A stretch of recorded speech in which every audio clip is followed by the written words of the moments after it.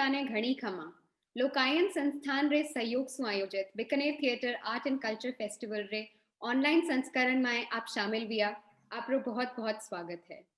Covid महामारी में बौद्धिक चेतना बनाए राखण री कोशिश में प्रस्तुत है वो session timeless tales of Marwar. This session is recorded in Marwari and English. Vijaydan Detha जीरी जूनी माता और कहानियां लोकमानस रे जीवन में आज भी घणो महत्व राखे है।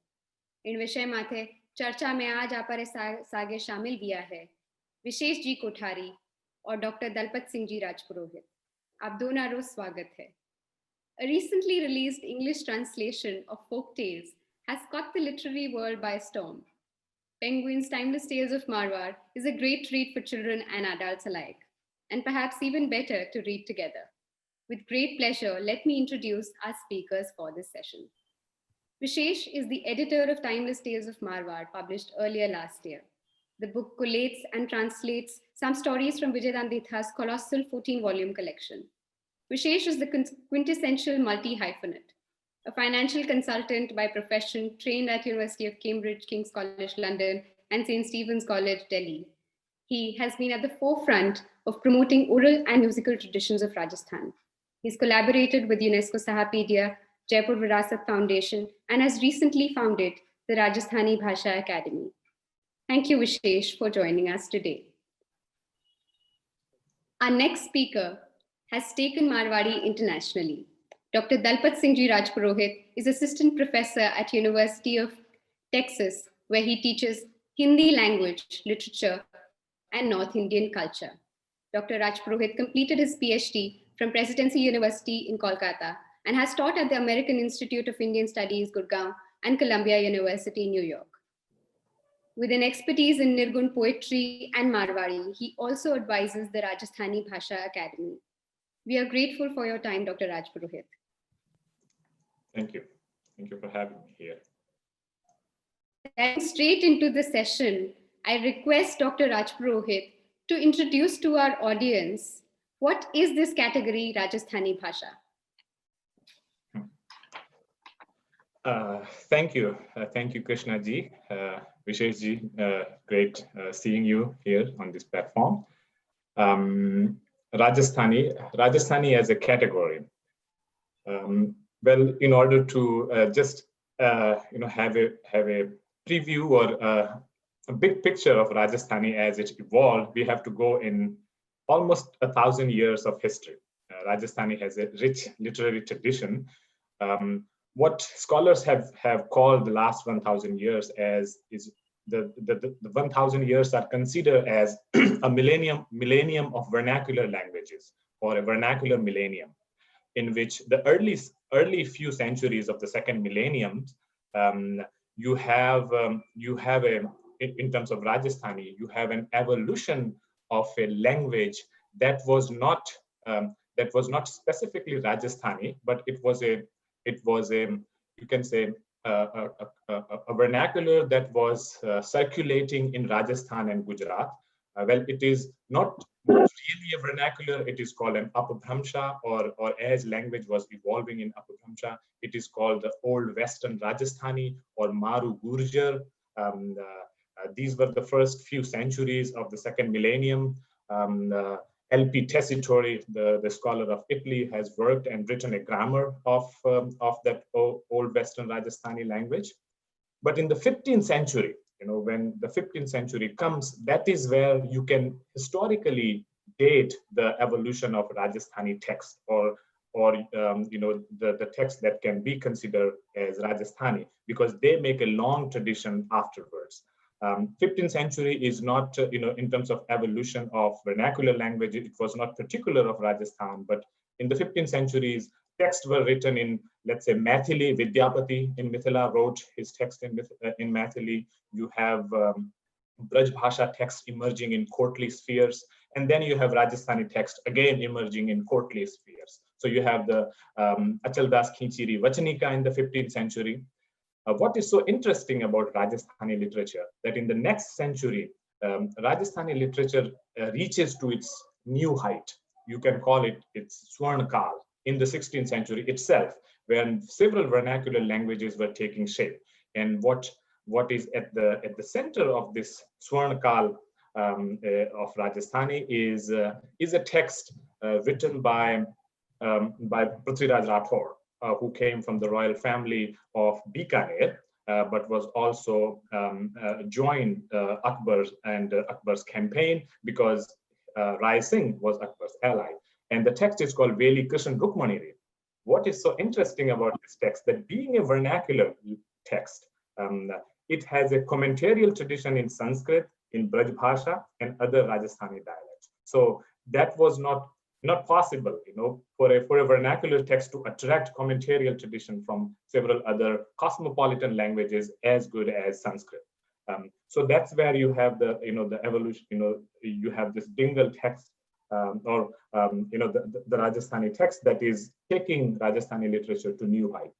So just to give bigger picture, after 15th century to all the way mid-19th century, Rajasthani literature can be viewed through two lenses, or as it is historically described, it is called Dingle and Pingle, right? Dingle literature is that literature which is actually written in Rajasthani, in let's say literary Marwari, in Rajasthan, but also was circulating because, as you know, Rajasthani as a state, Rajasthan as a state category emerged much later. The Dingle literature was circulating in Gujarat, Rajasthan, and Malwa, Madhya Pradesh. Another and the history of Dingle literature come all the way to mid-19th century. So from 15th to mid-19th century, I mean, Dingle literature is still being written. Another major category is in Rajasthani literature is actually of Pingle, which is basically, as mid-19th century or early 19th century scholars of Rajasthani describe it, as the Braj Bhasha language, or the Braj Bhasha literature that was written by Rajasthani poet, Rajasthani writer, or writer based in Rajasthan. After that, so from this Dingle and Pingle, Braj Bhasha and Rajasthani, or Braj Bhasha and Marwari, you can say Rajasthani as a category, Rajasthani as a name of a language emerged even in the late 19th century, early 20th century, when the linguistic surveys were happening during the colonial rule. What is happening that at this moment, when Rajasthani becomes a language, a category, several other languages were categorized as a dialect of it. So Marwari literature, which has a huge and glorious tradition, a strong tradition, was considered a dialect at this time. And then after that, you have Rajasthani, literature where these literary traditions are taught. So this is how you can map out the Rajasthani and the literature of Rajasthan, in Rajasthani language. Thank you, Dr. Raj Purohit. Vishesh, in Bhasha Mai, किन प्रकार रो साहित्य व्या करे? Could you please throw some light on oral traditions in particular?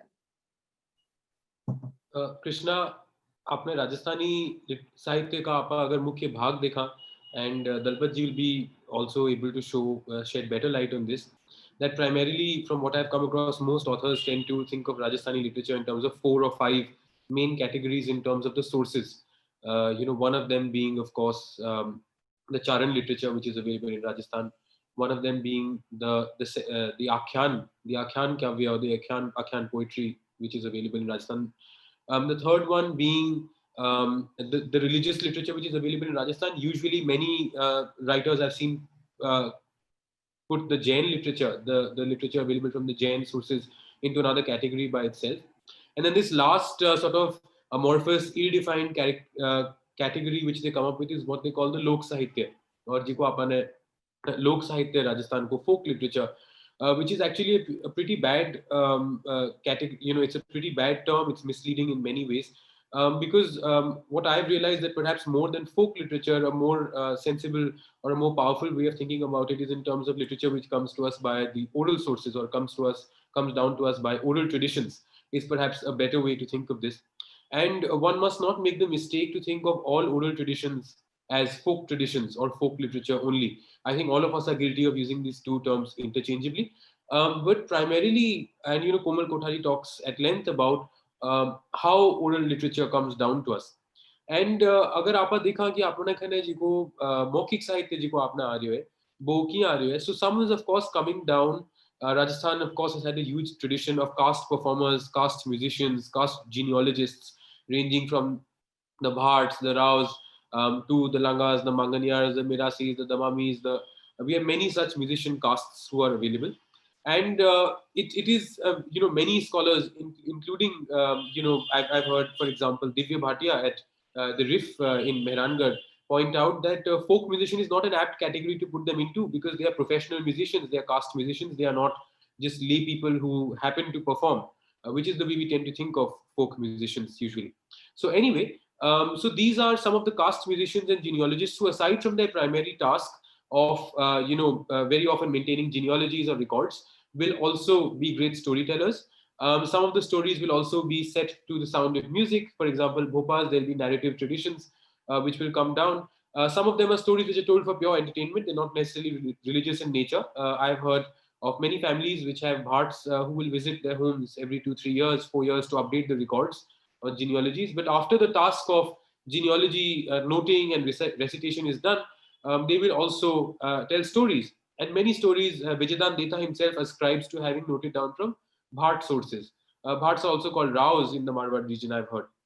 Um, Other than this is the literature, which is the literature which common people exchange in their day-to-day lives. I mean, naturally, before the coming of modern means of entertainment, storytelling, singing to one another, singing together would have been a major source of entertainment and passing the time for people.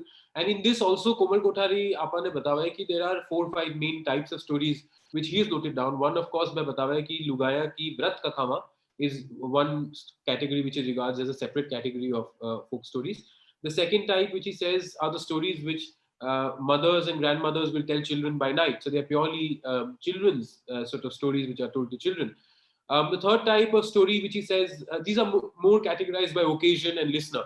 The third type of stories, he says, are the stories which are the origin myths, or myths which many castes and groups in Rajasthan have their own stories of origin.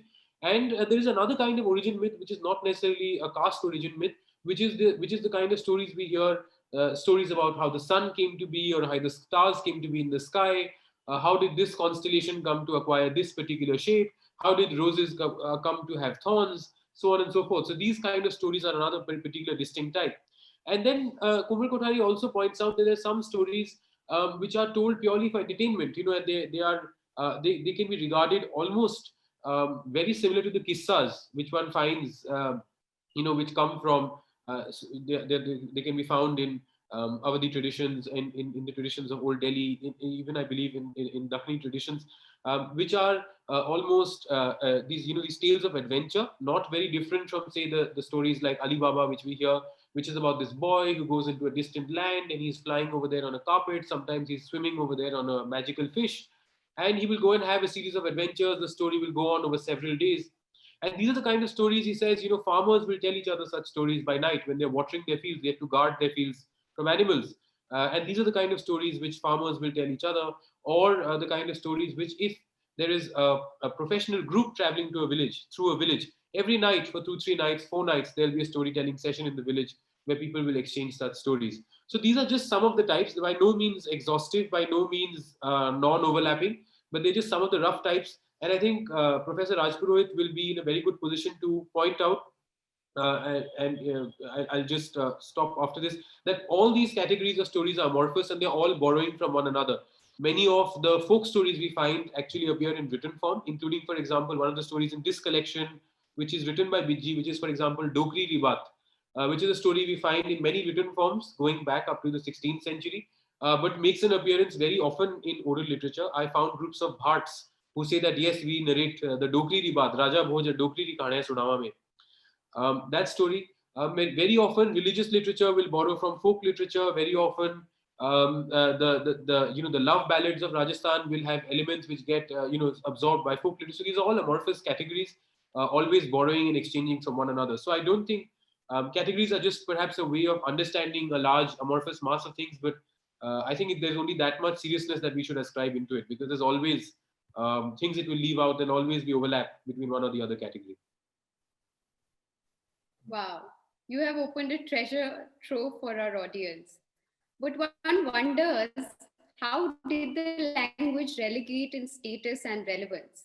Dr. Rajpurohit, आपरी भाषा रो पतन किन कारण दियो है?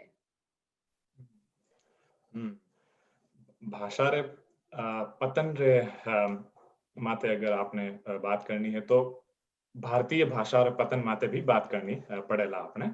तो मतलब देखो इंद्र मायने यू है कि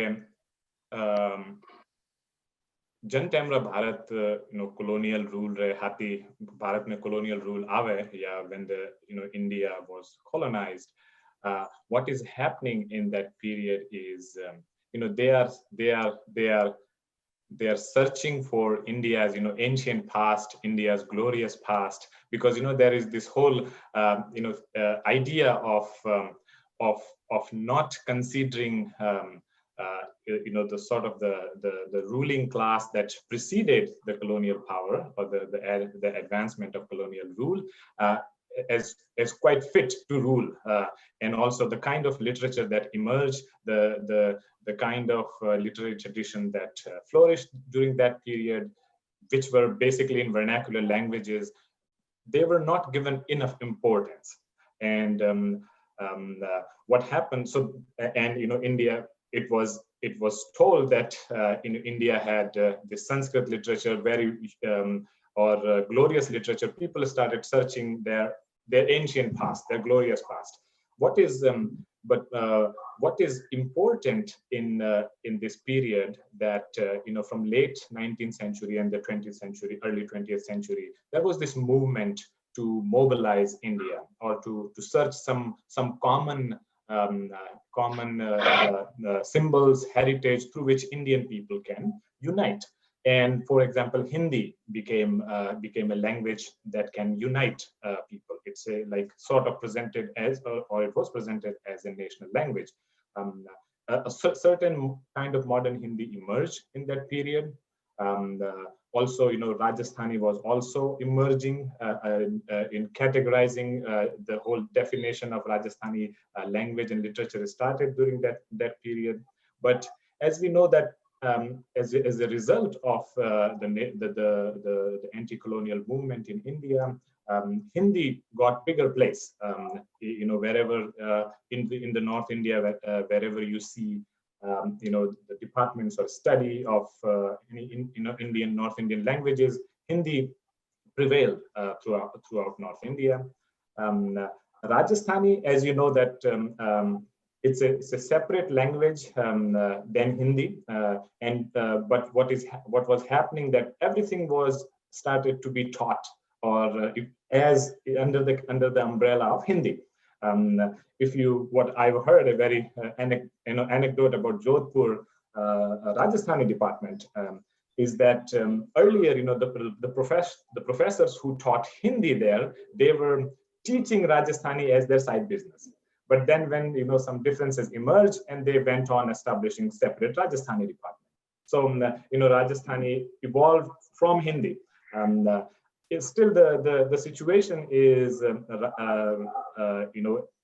state like Rajasthan, the studies of Rajasthani, the scholarly studies are happening either in Hindi, Hindi department, which itself is facing several challenges between modern Hindi and early and pre-modern Hindi, which is still going through this transitional period. Rajasthani has very little space in that, and the situation is in Rajasthan is even sad, because there aren't very many places, institutions, departments where Rajasthani can be learned, can be preserved, can be research can happen. So it is this joint history of these North Indian languages where Rajasthani goes in the background, or is not emerged as the place it should have achieved. विशेष विजयदानी जी देथा चिड़ाने लोग चाहो busy भी कहता हा वारी बाता में कई विशेषता रहती ही. In a world where everything is disposable and replaceable, what actually makes a story immortal? I think the logic with which Biji operated at that point of time, and I think in one session, Sir knows, I think I used the word that he was Bame Uddandata hi, and I still stick to the use of that word.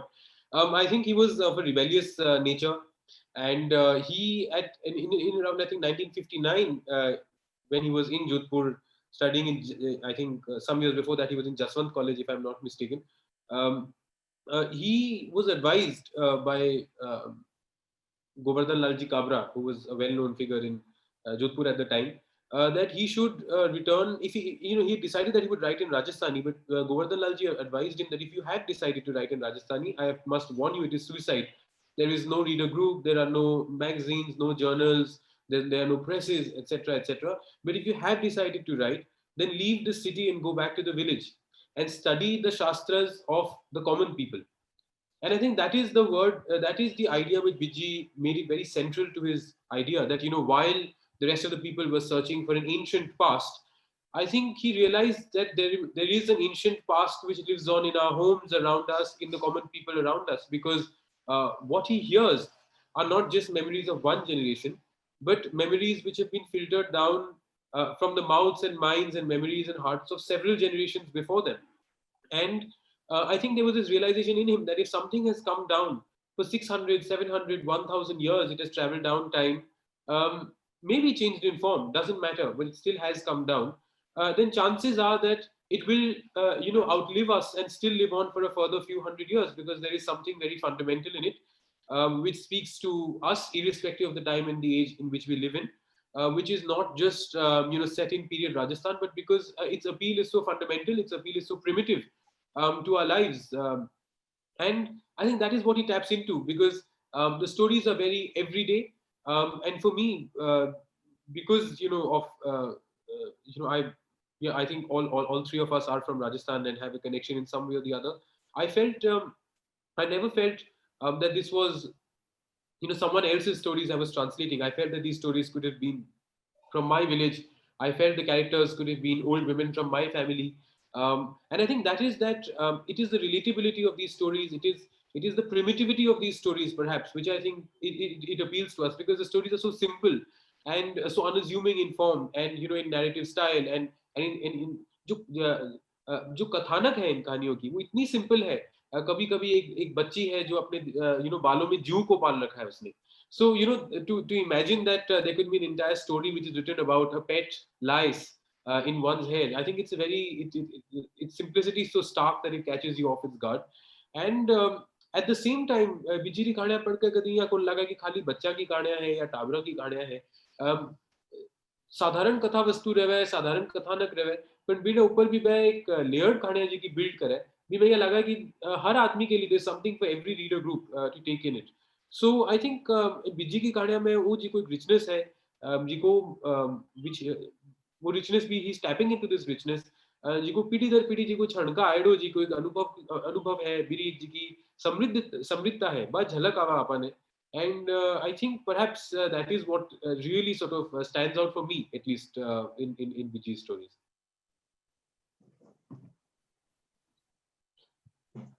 Dr. Rajpurohit, how does Rajasthani literature give voice to the subaltern, segments of society which are otherwise not heard?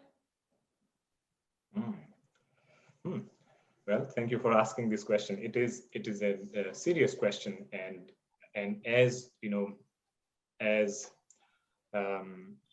we talk about literature and history, this sort of understanding or reading the literary, our history, past and present critically is important. And I have to go back to the period that is on which I work is the Bhakti movement, or the Bhakti Kal, जैसा हिंदी में कहा जाता है. अक्सर subaltern में खाली एक उसमें women और जो स्त्री वर्ग की आवाजों को या जिस ढंग से मीराबाई को पढ़ा जाता है या मीराबाई की अक्सर बात आती है. First Rajasthani had a representation of different voices, but we have to actually we have to see the literature in its context and not actually read, or see the history of any, history of, let's say, Rajasthani, just to seek, answer for our, question that we are having in modern time. But if you read closely these vernacular sources, you see the representation of voices that were not prominent or dominant. For example, let's say the example of Mirabai. We all are very familiar. Mirabai's, we have heard one of the other songs of Mirabai, but as we know that, so Mirabai supposedly lived in the early 16th century. In the entire 16th century, we have only maybe, when the Adi Granth was compiled, we have 1 or 2 verses of Mirabai. We don't have any Mirabai's poetry preserved. Maybe it went in the oral tradition. And when the 17th century comes, the poetry starts growing, or we start finding other, the poetry was written in manuscript tradition. But still, it was very, only few verses, maybe 22 or little bit more than that were preserved in the manuscript tradition. Here I'm referring to great work done on Mirabai by Professor Jack Hawley of Columbia University.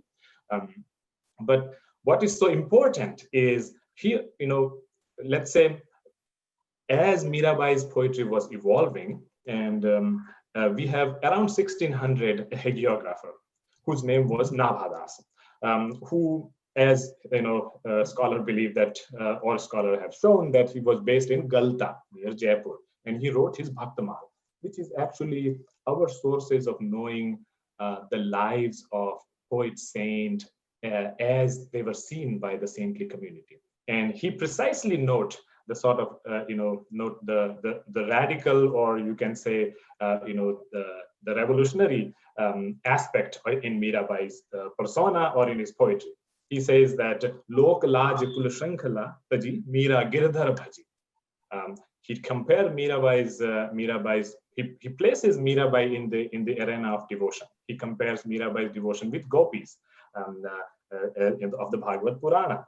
But he says that Dushtani dos Picharike Mrityu ko Uddham Kiyo Baran Bako Bhayo Garal Amrit Jompiyo. And then he says a very nice line. Bhakti nisan bajaye ke kahu suna hi laji lok laj kul shankhala taji mira girdhar bhaji. So here you have, let's say, we don't have any textual evidence, but Nabhadas is precisely noting about, marking what Mirabai is about. But then, Mirabai's poetry gave this, this scope where, later maybe they were all written by Mirabai, later, compiled in the manuscript tradition, or other people composed their poetry and put a stamp of Mirabai on that. But you have all these voices where, where women is seeking to go from this homebound captivity, and which, you can see in Mirabai's poetry. So although Nabhadas compare Mirabai with gopis, but Mirabai had even a whole different way of expressing her devotion than the gopis, you can say. What Mirabai proposed in her poetry is actually a marriage to Krishna. Krishna cannot be, he's unmarriageable, right? But she proposed a marriage to Krishna. And then Masu Sapane me Pranayare Dinanath, like the verse we have. So that was very, very particular of Mirabai. Also, Mirabai says that if Krishna is, the yogis are typical wanderer because they are searching for truth in the pre-modern period. Mirabai wants to become a yogini. Well, yoga is not a realm of women, right? But it's all the men that we see. But here Mirabai is proposing that if you are searching for truth, Krishna is the yogi and I will be the yogini. So again, questioning the boundaries that men have made, that this is the sphere, yoga is the sphere of male and it's not female. Mirabai is crossing or questioning those boundaries. But and if you, so that's you can write what Mirabai is special because Mirabai through her poetry, this whole tradition is preserved where these voices are represented. But we have to think about the period more. As you see that at the same time when Mirabai, or a little bit 50 years later than Mirabai, that Mirabai supposedly lived, we have this bhakti, other bhakti community emerging in the scene, historical scene of Rajasthan. And the major community in Rajasthan was the Dadu Panth, or the disciple tradition of Dadu Dayal. This, who was actually, what is interesting that in the earlier manuscript sources, the manuscript sources talk that he was a Pinjara, a Dunia, cotton carder origin, Muslim caste background. Later, if you read the manuscript sources, his caste was changed and he became a Nagar Brahmin.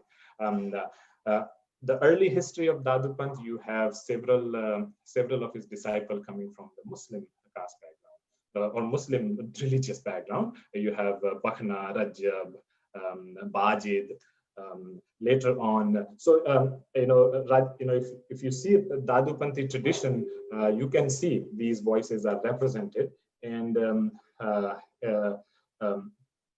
you can see these were the sons, the intellectual who were trying to communicate with the people, or the whole social base that they were, in their poetry you can see several of these voices are represented, or I won't typically call like subaltern voices, but I don't think any aspect of our life was not discussed or was not commented upon if you read this this religious literature. But one last thing I want to, it's Vishesh is he's an expert in the oral tradition. Even in the written tradition, what I see is you have these since Rajasthan, earlier Rajasthan was basically, it had several courts which preserved the literary history, or which preserved the great or the literary tradition. You have the Charan, poets coming from the Charan background, expert in recitation, expert in performing all these historical texts, or historical imaginary text. But surrounding it, but what this tradition tell, that they have certain kind of system of poetics that was so good in preserving, in memorizing, in performing that poetic tradition, right? And that's how this whole tradition was. Even it was not written, they would easily memorize it. They would perform it with different, you have the onomatopoeia, you have the retroflex sound that so very particular to Rajasthani. That is that whole as we we discussed, literature was not for silent reading. It has to be performed, and in that performance tradition, you have this whole science and system that was preserving this literature, and it was transmitting from generation to generation. Vishesh, I know you've also explored the role of women in terms of oral and musical traditions. So how would you address this question?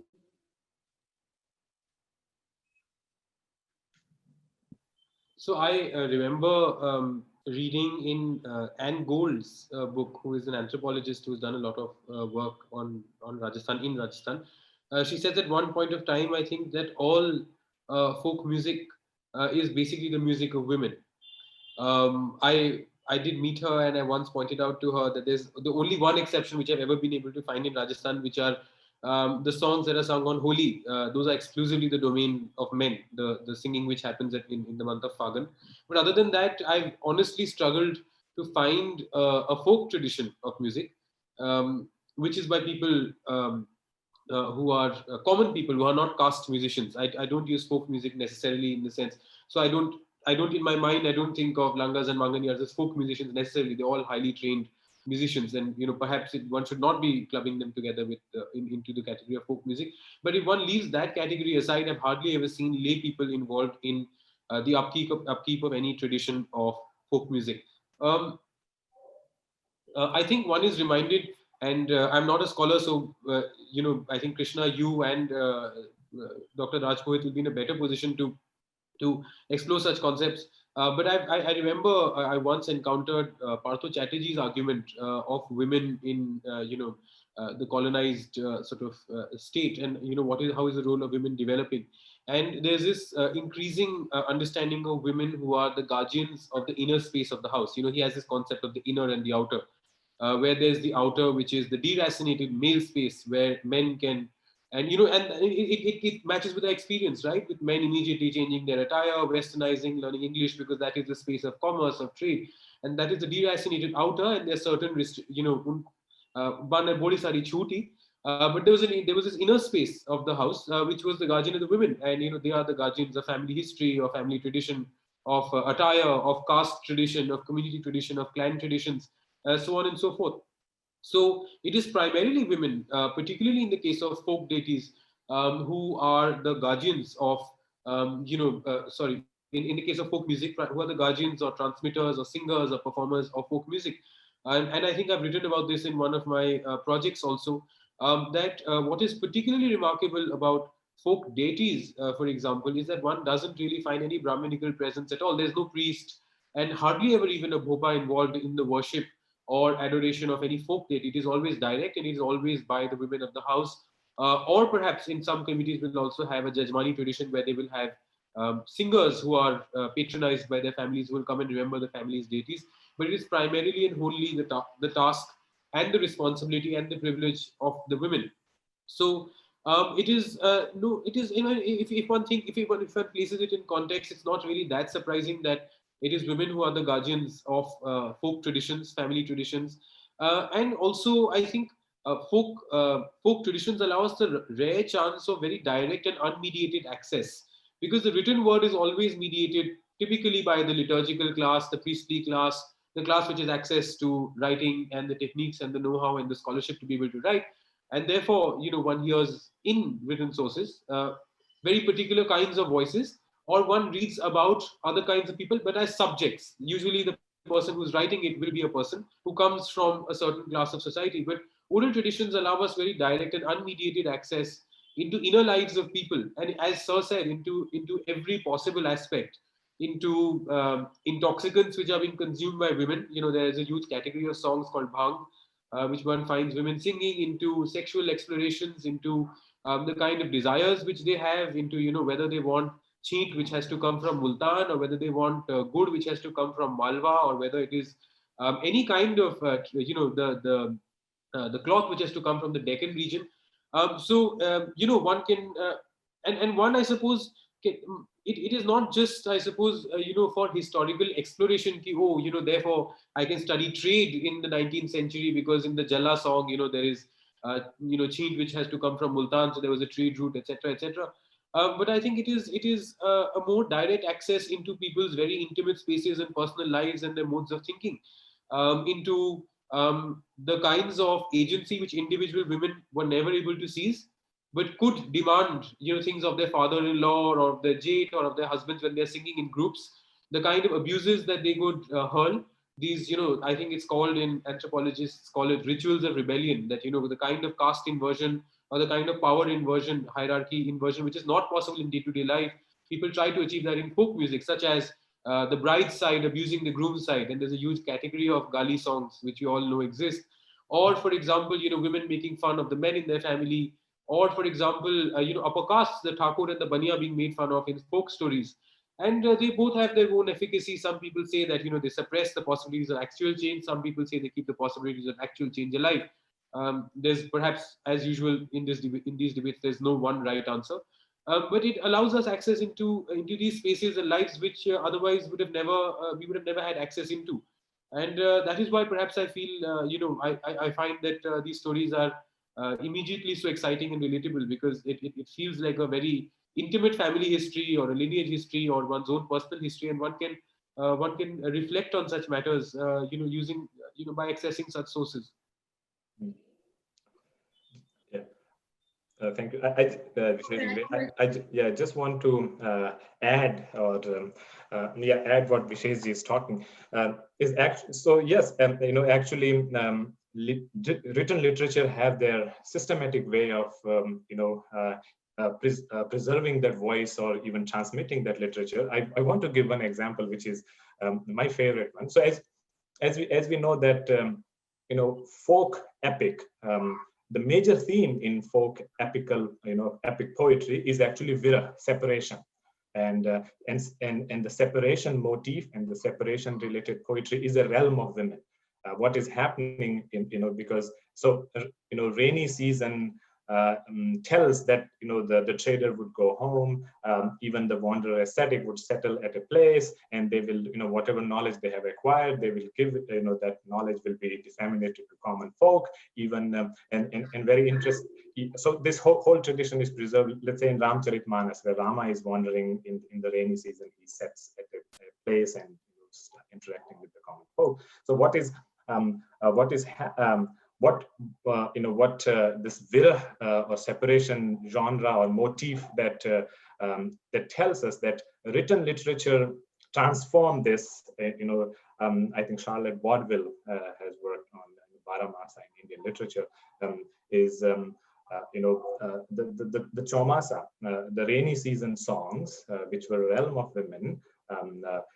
They were transformed into the Baramasa literature, and then as vernacular literature was developing, this Baramasa literature was given a bigger place. This is something and they were, the Baramasa were written by all men, but they preserved, they become they show the agony or the protest of a Virahani during that period. If I remember my own upbringing. My mother, my mother would sing, Jantam Shadi Vyara Gana Hai, so women they would sing. If they are going to any pilgrimage or local temple, they start they go while singing. Only the other the sect or any other time that my mom would sing is actually the rainy season, right?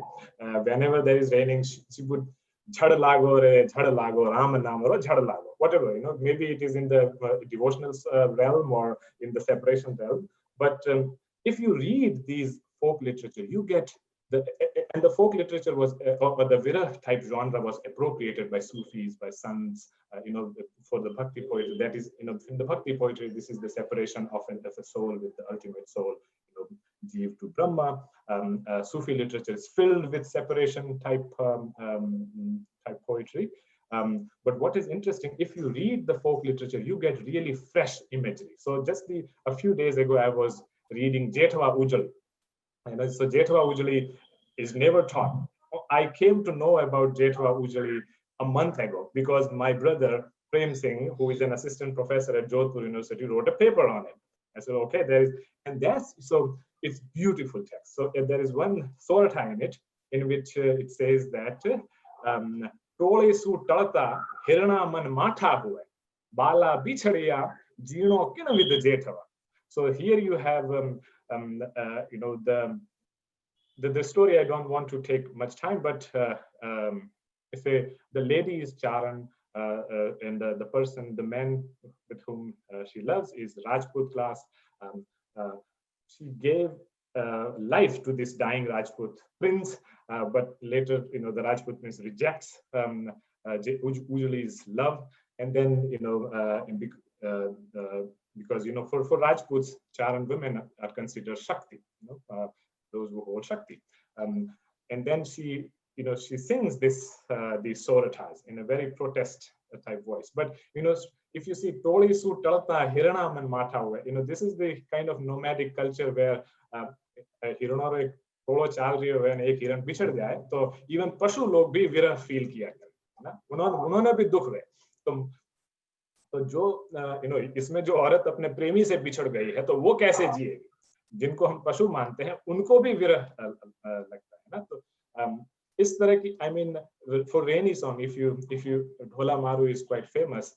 The imagery, there is one doha, my favorite. It says that Unamiyo Uttar Dise, Kali Kanthali Me, Hu Bhiju Ghar Angane, Pi Bhije Pardesh.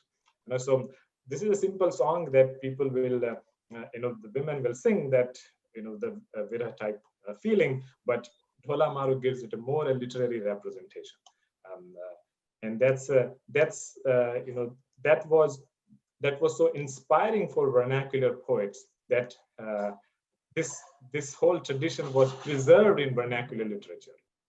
So written literature, it can be, it is Doha and Sorath and several meter in that, several metrical tradition and very fixed, rigid system, but it has preserved those kind of voices that we consider folk.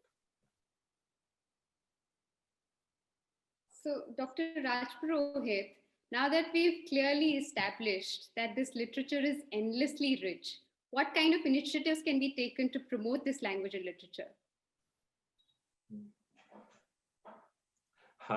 This is, yes, serious question, important question, and initiative should be taken to promote this literature. One is, so I've been reading in newspapers, and I know people who are fighting for, Rajasthani to get this, political recognition in the संविधान में अभी 8वीं अनुसूची में जगह पाने है. So if it should be recognized as a language, so that several sort of supports start, maybe jobs need be created, because when people want to learn a language or want to pursue a career, they want to see where I will go, where this will take me. So there are these यारा जो प्रयास vary है and known as वो एक मोटो प्रयास है और वो प्रयास होना चाहिए.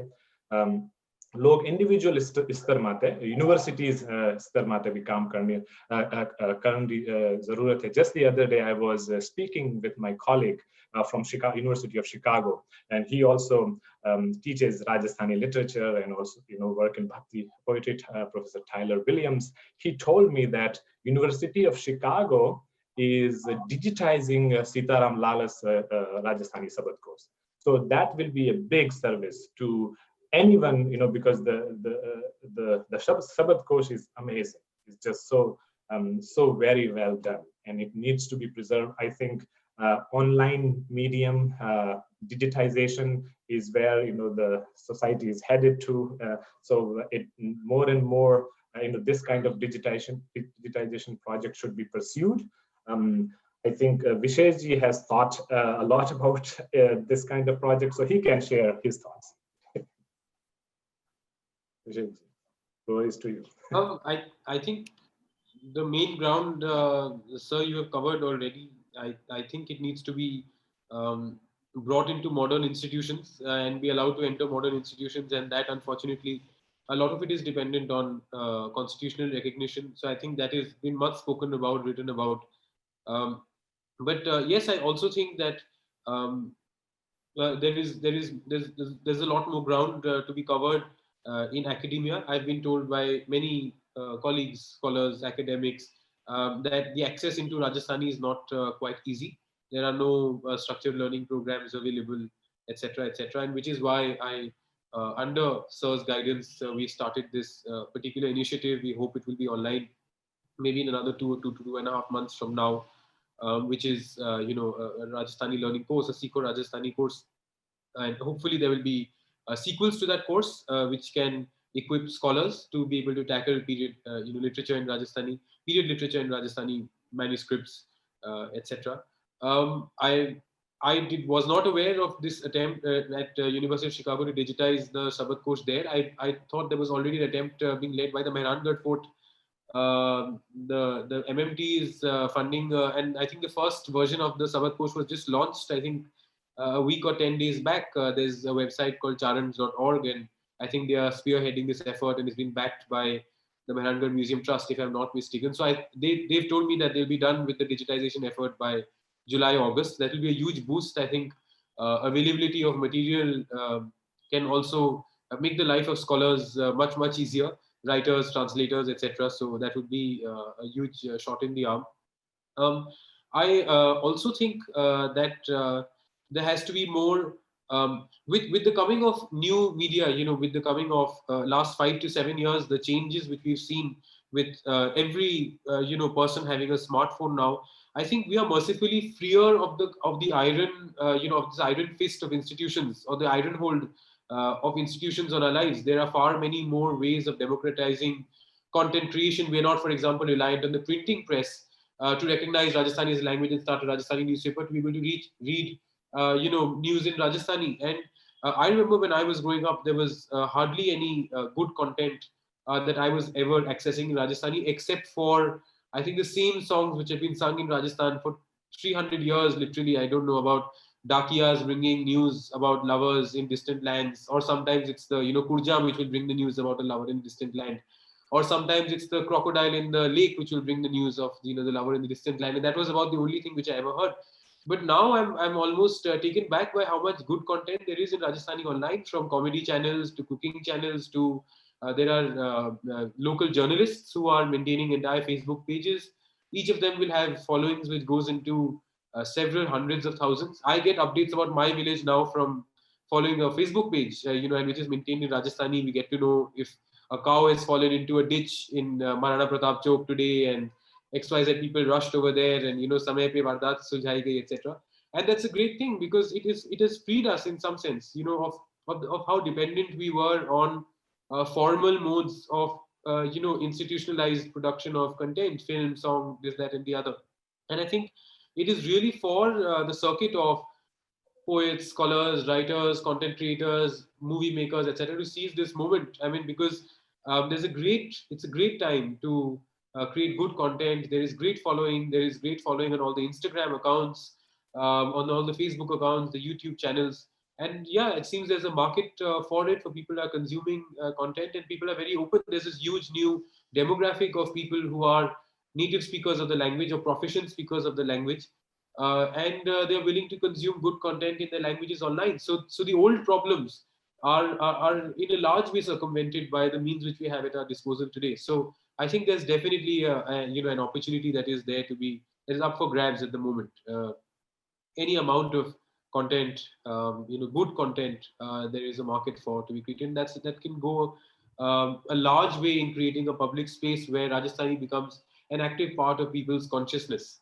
Oft used, oft listened to, oft heard, oft listened to, music, so on and so forth. What a high note to conclude this session.